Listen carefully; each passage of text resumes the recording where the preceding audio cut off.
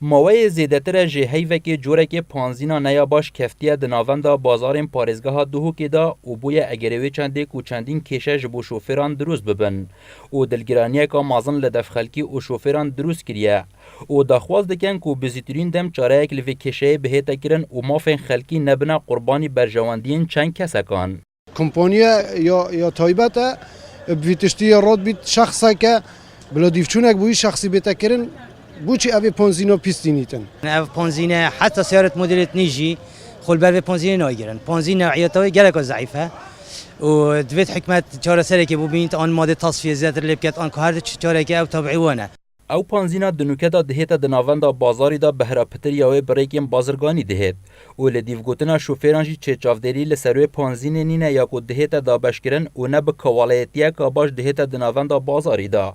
لسر وی بابتیجی تیما کنال بادینان سا چندین جار حوالدان پیوندی بره و بریا بالافکرنا برهمین گازی بکن لیل بردست نبویه.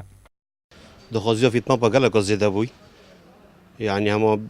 حتى شافيج يعني ما يتكينا سوارد خدا چونكو ام نشن دكانا وكم شافي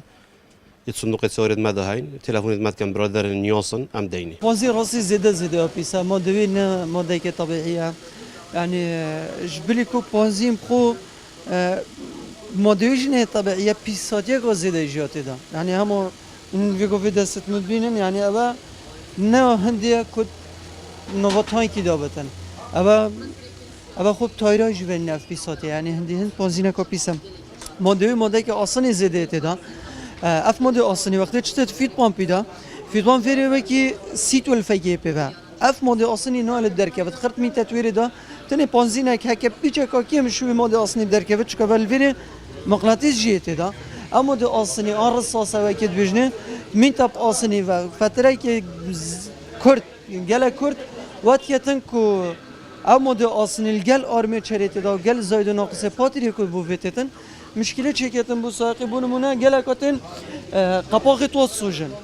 هرما کردستان وکو ولاتا که نفت دهیت نیاسین و ریجکا زور یا نفت لیهیا لی اف نفتا لکردستان دهیت در اخستن و فروتن ولاتیم و هرمه وکو پیدوی مفای جینا بینن و بتنه دبیت اگر پیدابونا چندین کیشه و قیرانان لی ویدو مهیجی اف پنزینا لسر شوفیران دهیت دا باشکرن نلدیف حزو خواسته یوانه و دبیت اگر تیگدانا طرمبیلان اف چندشی بوی جهن رازیبونا شوفیران و اگر بردوامی کشه دی در انجام خراب بدیف خورا اینید. تیلی راشد کانال بادینان ساد دهوگ